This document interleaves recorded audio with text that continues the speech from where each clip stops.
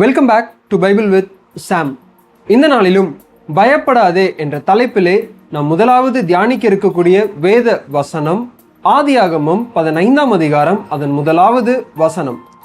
இந்த காரியங்கள் நடந்த பின்பு கர்த்தருடைய வார்த்தை ஆபிரகாமுக்கு தரிசனத்திலே உண்டாகி, அவர், ஆபிராமே, நீ பயப்படாதே, நான் உனக்கு கேடகமும் உனக்கு மகா பெரிய பலனுமாய் இருக்கிறேன் என்றார். ஆம், எனக்கு பிரியமானவர்களே, வேதாகமத்திலே முதல் முறையாக பயப்படாதே என்ற சொல் இந்த வசனத்திலே பதிவு செய்யப்பட்டிருக்கிறது.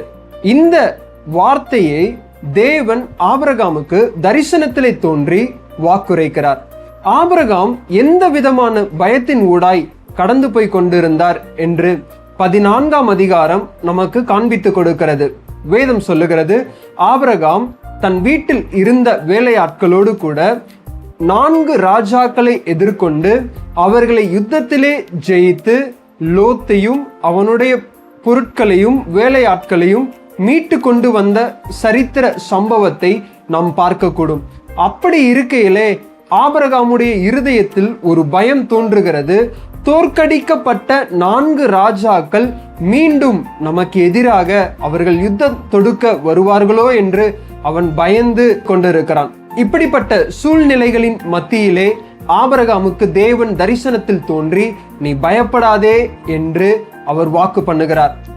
பயப்படாதே என்று சொல்லுகிற தேவன் தம்மை எவ்விதமாய் வெளிப்படுத்துகிறார் என்றால் சொல்லுகிறார், நான் உனக்கு கேடகமும். அவர் நமக்கு கேடகமாய் இருக்கிறார். இரண்டாவது சொல்லுகிறார், உனக்கு மகா பெரிய பலனுமாய் இருக்கிறேன் என்றார்.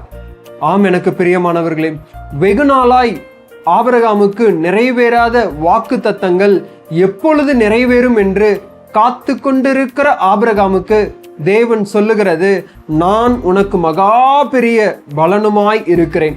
இன்னைக்கும் நம்முடைய வாழ்க்கையில ஒருவேளை வாழ்க்கையில ஒரு ப்ரொமோஷன், ஒரு நல்ல நிலைமைக்கு போகும்போது சின்னதா யோசிக்கலாம், நாம் பின்தள்ளினவர்கள் அல்லது நாம் யாரை மீண்டு யாருக்கு மேலாக உயர்ந்திருக்கிறோமோ அவர்கள் நம்மை குறித்து என்ன நினைப்பார்கள், அவர்கள் நமக்கு விரோதமாய் என்ன செய்ய நினைப்பார்கள் என்று ஒரு பயம் இருக்கலாம். ஒருவேளை வாழ்க்கையில நல்லா இருக்கிறவங்க வாழ்க்கையில பின்னாடி இருக்கிற சொந்தக்காரங்களே இவங்க நமக்கு என்ன செய்வாங்களோ என்று பயத்தில் இருக்கலாம். ஆனால் தேவன் சொல்லுகிறார், இந்த தேவனை நம்பி இந்த தேவனிடத்துல பட்சமாய் தன்னுடைய வாழ்க்கையை அர்ப்பணித்தவர்களுக்கு தேவன் செய்கிற வாக்கு தத்தம், அவர் கேடகமும் அவர் மகா பெரிய பலனுமாய் இருக்கிறார். இந்த வார்த்தையை கர்த்தர் உங்களுக்கு ஆசீர்வதிப்பாராக.